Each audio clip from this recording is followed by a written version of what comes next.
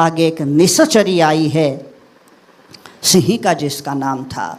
उसकी एक मनोवृत्ति ऐसी बनी हुई थी, एक तांत्रिक विचार प्रयोग वो करना जानती थी कि आसमान में उड़ते हुए पंछी की परछाई जब जल में पड़े तो उसको वो पकड़ लेती थी, और जैसे ही वो परछाई को पकड़े तो वो पंछी उड़ नहीं सकता था, इसलिए सीधा ही पानी में पड़ता था, वो भक्षण कर जाती थी।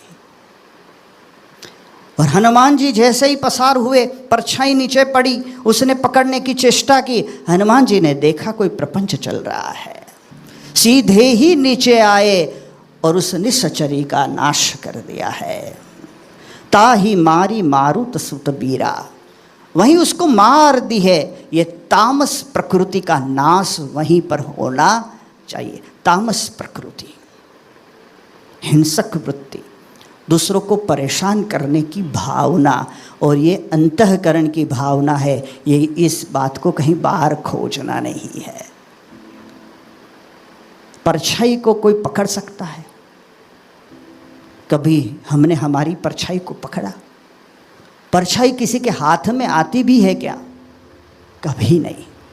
हम मानव मनुष्य को पकड़ सकते हैं, और उसको पकड़े तो परछाई को पकड़ सकते। परछाई को रोकना हो तो मानस को रोको।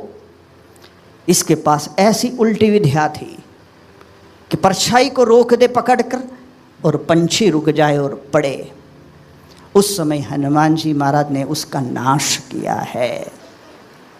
उस निशाचरी का, उस सिंहिका का नाश कर दिया है, क्योंकि ये मलिन विद्या है। ऐसी मलिन विद्या जो लोगों को दुखी करने के लिए है। ये परछाई है क्या? मनुष्य में पड़े हुए स्वभाव और दोष, उनकी कोई हो गई हुई छोटी बड़ी भूल, उस भूलों को पकड़कर उसको बदनाम करने की चेष्टा जिसके मन में रही है, वही वो निशाचरी है। और जो आगे बढ़ता है, उत्कर्ष की तरफ जाता है, उसकी प्रसिद्धि बढ़ती है, उसका यश गौरव बढ़ता है, तब कुछ समाज के अंदर ऐसे लोग पड़े हैं, और वो लोगों में हम भी एक है, कि जिनके अंदर ये मनोवृत्ति जागृत होती है कि उनकी भूलों को ढूंढकर, उनके दोषों को देखकर, उन्होंने कहाँ कहीं पर जो कुछ किया है, जो अभद्र है, उसको ढूंढकर उसको ढिंढोरा पिटवाना, उसको प्रसिद्ध करना, किसी की गुप्त बात को प्रसिद्ध कर देना, और प्रसिद्ध करके उसको जो अग्रसर भक्ति के पथ में, साधना पथ में हो रहा है, वहाँ से उसको स्थगित कर देना, निराश कर देना, हताश कर देना, आत्मग्लानि से उसको भर देना, क्षुभित कर देना। ये वृत्ति और मनोवृत्ति रहती है। और यदि उसके अंदर कोई दोष, अपराध, भूल उसकी ढूंढने पर भी ना मिले, तो मिथ्या कलंक का आरोपण करके, मिथ्या दोषारोपण करके उसको बदनाम करने की चेष्टा और वृत्ति, वो निशाचरी है। यदि ऐसी वृत्ति हमारे अंदर पनपती हो, तो हनुमान जी कहते हैं तुरंत ही उसका नाश करो। उसको वंदन नहीं किया है, उसको प्रणाम नहीं किए, उसके आशीर्वाद नहीं लिए हैं, उसका वहीं पर ही नाश कर दिया है। बहुत विलक्षण बात है ये। और इसलिए भगवान स्वामीनारायण जी ने शिक्षा पत्र में कहा, कभी किसी पर मिथ्या दोषारोपण ना करे, मिथ्या कलंक ना लगाए, और किसकी गुप्त बात किसी की जानते हो तो उसको कहीं प्रकाशित ना करे। ये सभ्यता नहीं है, ये संस्कार नहीं है, ये आध्यात्मिकता नहीं है, ये तामस भाव है, वो निशाचरी की भांति जो स्वयं उसमें ही आनंदित रहती है। लोगों की निंदा करने में इतना आनंद आता है। ये 7:15 बजे सत्संग कथा समाप्त हो जाएगी, उसके 5 मिनट पहले सब लोग घड़ी के सामने देखने लगेंगे। परंतु यदि यहाँ से मैं किसी की निंदा शुरू करूँ तो कोई 7:30 बजे तक घड़ी के सामने देखेगा। ये हमारी अंतरंग मनोवृत्ति है। इस मनोवृत्ति का नाश तत्काल करना चाहिए। हनुमान जी महाराज में वो प्रतिभा है, वो बल है जो स्वयं के दोषों को देखे और उसको दूर करने का प्रयास करे। और भगवान और भगवान के संत और भक्त में उसको कोई दोष कभी दिखे ही नहीं। ऐसी जिसकी मनोवृत्ति हो, भगवान स्वामीनारायण जी कहते हैं सत्संग में वो खूब आगे बढ़ जाता है, उसकी अभिवृद्धि होती है, वो परम सिद्धि और लक्ष्य को प्राप्त होता है। ये आशीर्वाद अपने वचनामृत में भगवान स्वामीनारायण जी ने दिए हैं। तो यहाँ निशाचरी सिंहिका का नाश करके हनुमान जी जाते हैं और अब सागर पार पहुँचने के बाद एक लक्ष्य पूरा हुआ। नीचे उतरते हनुमान जी मनोरम सुंदर तट देखते हैं। एक छोर पर उन्होंने सुंदर पर्वत को देखा था, दूसरे छोर पर सुंदर वन को देखते हैं। एक सुंदरता से दूसरी सुंदरता में प्रवेश करते हैं और अब हनुमान जी का लक्ष्य है कैसे लंका में प्रवेश करें। और हनुमान जी महाराज ने देखा हजारों की तादाद में राक्षसों उस परकोटे की रक्षा के लिए है। गहरी खाई पानी से भरी हुई है जिसमें कोई सीधा प्रवेश ना करे। जगह जगह बड़े बड़े किले और उसमें बड़े द्वार है। द्वार पर हजारों की तादाद में रक्षा के लिए बैठा है और सब लोग जागते हैं। हनुमान जी को लगा दिन में तो ये काम होगा नहीं, अब मध्य रात्रि को प्रवेश करो। और मध्य रात्रि को प्रवेश करने का निश्चय करते हैं। परंतु जैसे ही हनुमान जी मध्य रात्रि को देखा तो जिस द्वार एक खुला था जिसमें से वो प्रवेश कर सकते थे, वहाँ पर लंकिनी तैनात थी। और हनुमान जी को लगा ये रावण के सेवक को मध्य रात्रि को इतने जागरूक है। विडम्बना ये है कि हम राम के भक्त हो दोपहर को भी सो जाते हैं और ये रावण की सेविका आधी रात को भी जागती है। बोलिए सनातन धर्म की, ऐसे कैसे जय होगा? कुछ पुरुषार्थ तो करना पड़ेगा। जय तो भीतर से निकलती है ना, और कुछ करने के बाद निकलती है। कोई जय घोष ना करे परंतु सनातन का डंका विश्व में जिन्होंने फहराया है वो ध्रुव ध्वजा पताका अपने पुरुषार्थ से आज इस मंच पर से प्रमुख स्वामी महाराज का और महान स्वामी जी महाराज का इसलिए हम बार बार स्मरण करते हैं। ये करके दिखाया है। शास्त्र में जो वस्तु है उसको जीवंत अपने जीवन में चरितार्थ करके दर्शन कराया है। शास्त्र के शब्द का चरित्र में दर्शन हो जाए तब शास्त्र के अर्थ स्वयं अपने आप में प्रकाशित होते हैं। ये सत्पुरुष के साथ ऐसी प्रीति हो जाए तो सभी शास्त्रों के अर्थ स्वयं प्रकाशित होते, क्योंकि सारे शास्त्र का अर्क और निचोड़ जो स्वरूप है वो परम सत्य स्वरूप धरती पर इस रूप में विराजमान है। आज महंत स्वामी जी महाराज के रूप में परम सत्य तत्व। इसलिए यहाँ पर लंकिनी चौकी दे रही थी। हनुमान जी ने विचार किया अब लघिमा सिद्धि का प्रयोग करना पड़ेगा जिसकी एग्जाम देकर आया हूँ मैं। और मसक रूप धरी, मसक समान रूप कपि धरी, लंकहि चलेबु सुमीरी नरहरि।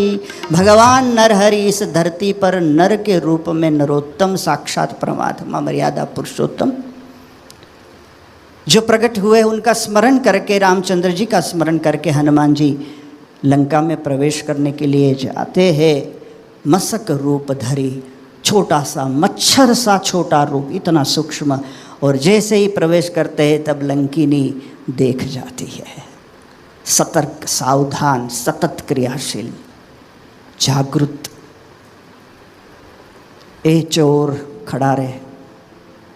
हनुमान जी ने देखा, देख ही लिया इसने, और जब देख ही लिया है तो अपने रूप में ही प्रकट हो जाओ। हनुमान जी अपने रूप में प्रकट हो गए। बोले चोर मैं तुझे खाऊंगी अब तो निश्चित रूप से। हनुमान जी ने कहा कि तेरे स्वामी के पास सुवर्ण की लंका है और उसके सेवक को आधी रात तक खाना नहीं मिला। बोले खाना नहीं मिला ऐसी बात नहीं है, मेरी ये प्रतिज्ञा है कि मैं चोरों को खाती हूँ। जब ये सुना तो हनुमान जी ने एक मुष्टि का प्रहार कर दिया, उसके माथे पर घूंसा मारा और जैसे ही लंकिनी के माथे पर घूंसा पड़ा वो बेशुद्ध हो गई, छटपटाने लगी, खून की उल्टी हो गई, रक्त का वमन हुआ। और जब बेबाकली बनकर वो सूध में आई, सीधे ही लंकिनी ने हनुमान जी के चरण पकड़ लिए और चरण पकड़कर कहने लगे, प्रभु प्रबिसी नगर कीजे सब काजा, हृदय राखी को सलपुर राजा। प्रसिद्ध पंक्ति है। आज अयोध्या में जब हम प्रवेश करते तो बड़े अक्षरों से ये पंक्ति चौपाई वहाँ लिखी है, प्रबिसी नगर कीजे सब काजा, हृदय राखी कौशलपुर राजा। एक घूंसा पड़ा माथे पर,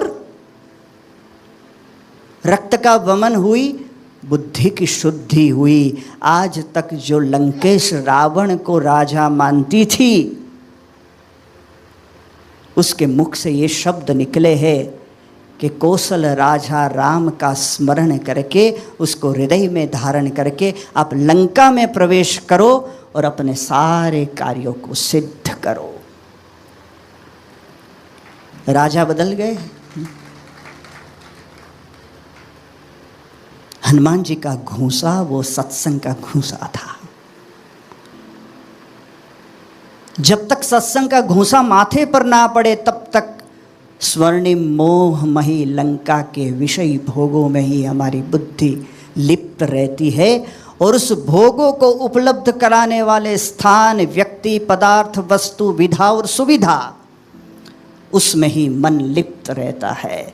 जब सत्संग हो जाए, रक्त का वमन हो गया, विरक्ति का भाव आया, मोह छूटा, तब समाचार मिलते हैं कि राजा तो वो नहीं है, राजा तो भगवान है जो सबके हृदय में विराजमान है। उपासना तो उनकी करनी है। 5 वर्ष के बालक ध्रुव को यही तो बात समझाई माता सुनीति ने कि तेरे पिता की गोदी में बैठना वो कहाँ अविनाशी है, वो मिट्टी का ढेला है।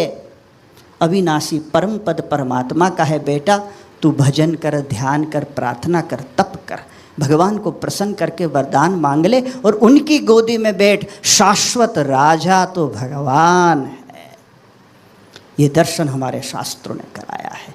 इसलिए स्वर्णिम मोहमयी विषयी पदार्थों की लालसा से ऊपर उठकर परमात्मा के स्वरूप में अपने मन को छोड़ देना और उसको ही वास्तविक सत्ता के रूप में स्वीकार करना। वो राजा नहीं, वो महाराजा है। वो महाराजा नहीं, महाराजाधिराज है।